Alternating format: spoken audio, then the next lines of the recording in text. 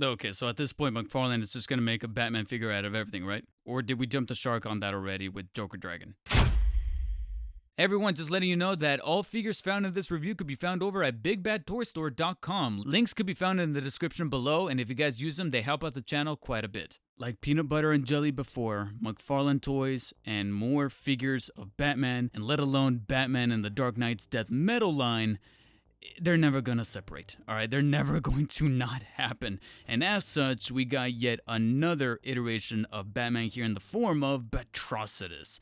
Pretty much a version of Batman from the Dark Knight's Death Metal comic line, in which we pretty much just have Batman imbued by the power of the Red Lantern Ring. And that's pretty much what you see before you here. All of those dark thoughts and the hatred and the vengeance and pure pain that he's felt with for years is pretty much brought forth here and manifested in physical form, and giving me my favorite clash there ever is in color spectrum, red and black. And as you can see, I'm gonna be having a little bit of a bias towards the design of this particular figure, or at least this particular version of Batman overall. I really like the black and red with the accents, as well as the sculpting of the armor itself.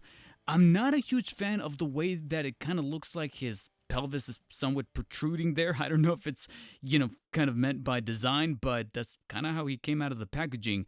Outside of that, though, there's an awful lot of great work happening here over from McFarlane Toys, because you can see that they did an excellent job with the texturing, because they had to make sure that this uniform was made to a T. And I'm really loving the pieces used for the shoulders, the chest. It almost seems like the little symbol there in the middle kind of feels like you can press it. It's almost like a separate own little button, but it's sculpted and etched out so finely that you just can't help but respect it.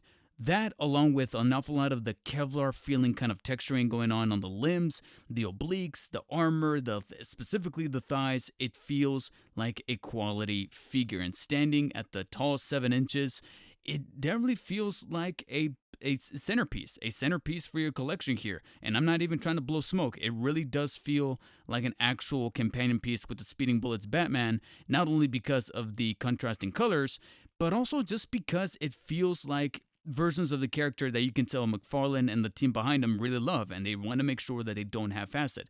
I would probably say that maybe the only issues I have with sculpting is the gauntlets and the boots. There's a little bit of weird quality of plastic going on with those portions of the figure that feel a little, I don't want to say fish or pricey, but it just kind of reminds me of those very, very durable yet also kind of tacky feeling kind of figures you give to really, really young kids. You know what I'm saying? Like that level of quality of plastic, you can kind of feel that a little bit going on with the gauntlets, the hands, and the boots. And then we get to that head sculpt. Look at that thing. You could argue that maybe they could have detailed out a little bit more of the inside of his mouth, but in terms of what you actually see on surface level, it looks really, really cool.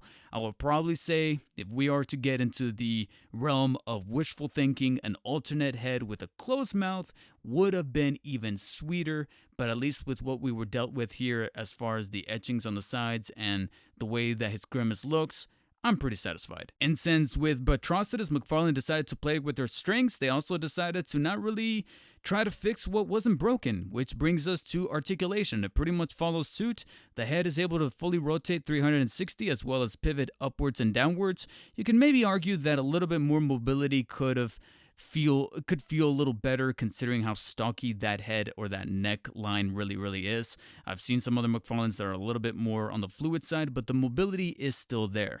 Once you get to the shoulders, you are still able to move it in the traditional 360 vertically as well as extend them to the sides, but there is that caveat of those shoulder pieces. Once you start to come into contact with the shoulder pieces, you're pretty much done. You can kind of start flexing the pieces a little bit there, but that does cause a little bit of creasing with those rubberized portions of the armor, so I recommend not necessarily 100% doing that, or even toggling too much with the butterfly joints on the inside of the shoulders that don't really move all that much to begin with, so a little bit more could have been desired there. But at least you do get the traditional bicep swivel that's able to rotate 360 degrees, 2 elbow joints right there that are able to fully bend all the way inwards, and of course the wrist joints that are able to kind of incline inwards and outwards, but also fully rotate 306 degrees. Unfortunately, though, that joint that I was kind of praising Speeding Bullets Batman to have on the wrist, that's more cylindrical shaped, is pretty much completely missing here. We end up resorting back to the traditional ball joint here on the wrist, and the fact that the gauntlet is so thick to begin with, it's not as free-flowing as I would have liked it for it to be. Same could be said about a little bit of that torso. Like I said, it's sculpted in a way where it looks like he's kind of just slouching over and also thrusting his pelvis a little forward there. And because of that, there's not much in the way of stretching towards the back, but a good amount of slight crunching to the forward side, as well as being able to pivot from side to side amongst the oblique area. And of course, it's able to fully rotate 306 degrees on the mid-torso cut. But sadly, unlike the past McFarlane that I covered, Speeding Bullets Batman, the companion to this guy, there's no waist articulation to be really found here. You can kind of feel a little bit of kind of movement going on somewhere underneath the rubberized piece, but unfortunately to no avail. You do still get some movement going on the top legs that are able to fully bend forwards, but only so much back before you start to feel some resistance out of that crotch rubberized piece. But really good, generous extension to the sides. Full bendability going on the knees thanks to those two joints. Admittingly, I will say the only issue I have here with the sculpting is that once you do bend those knees, you see quite an awful lot of cutting out, if you will, on the top part of the knee there from the thigh area. You could just see too much etching on right there that I would have liked it for them to kind of smooth that out a little bit. And then once we get to the ankles, thankfully, no ball joints here. You still get that cylindrical cut and half joint. But because of how girthy those boots really are, you're only really able to pivot the ankle forwards one click and then backwards just one click. But you do get that full rotation, 306 degrees, as well as bending of the toesies. Now, McFarlane decided to be a little generous with Batrocitus as far as accessories are concerned, outside of the traditional base and trading card. With Batrocitus, you get, of course, the Red Lantern accessory. Now, it's not necessarily my most favorite accessory, considering that even though it is sculpted out to look like one of the lanterns from the Lantern Corps all across the universe in the DC multiverse of comic books lore, it's also just a translucent red piece of plastic, to be honest. I don't know, like, it's one of those accessories where it looks the part, it's cool to dress the figure using it, but in terms of standing on its own, it's really nothing to write home about. In fact, you can still kind of see some bubbles inside of the plastic, at least out of the one that I got, and because of that, I'm like, well, you know, this doesn't exactly scream quality necessarily, but what does is the extra fisted hands that you can swap the current clawed hands that come with Batrocitus out of the package. They still retain that same kind of quality of plastic that I'm not a huge fan of, that I was mentioning before about the gauntlets and the hands and the boots themselves. But what really stood out to me as far as a level of detail that you have to give some kudos over to McFarlane is that you can actually see the Red Lantern ring etched out on both the fisted and clawed right hands. You can actually see it really, really tiny right there. And to be honest, that's something that could have been easily missable, and yet they still retained it within the logs of the 3D printing and making sure that when this thing got mass produced, that Red Lantern ring was going to be there.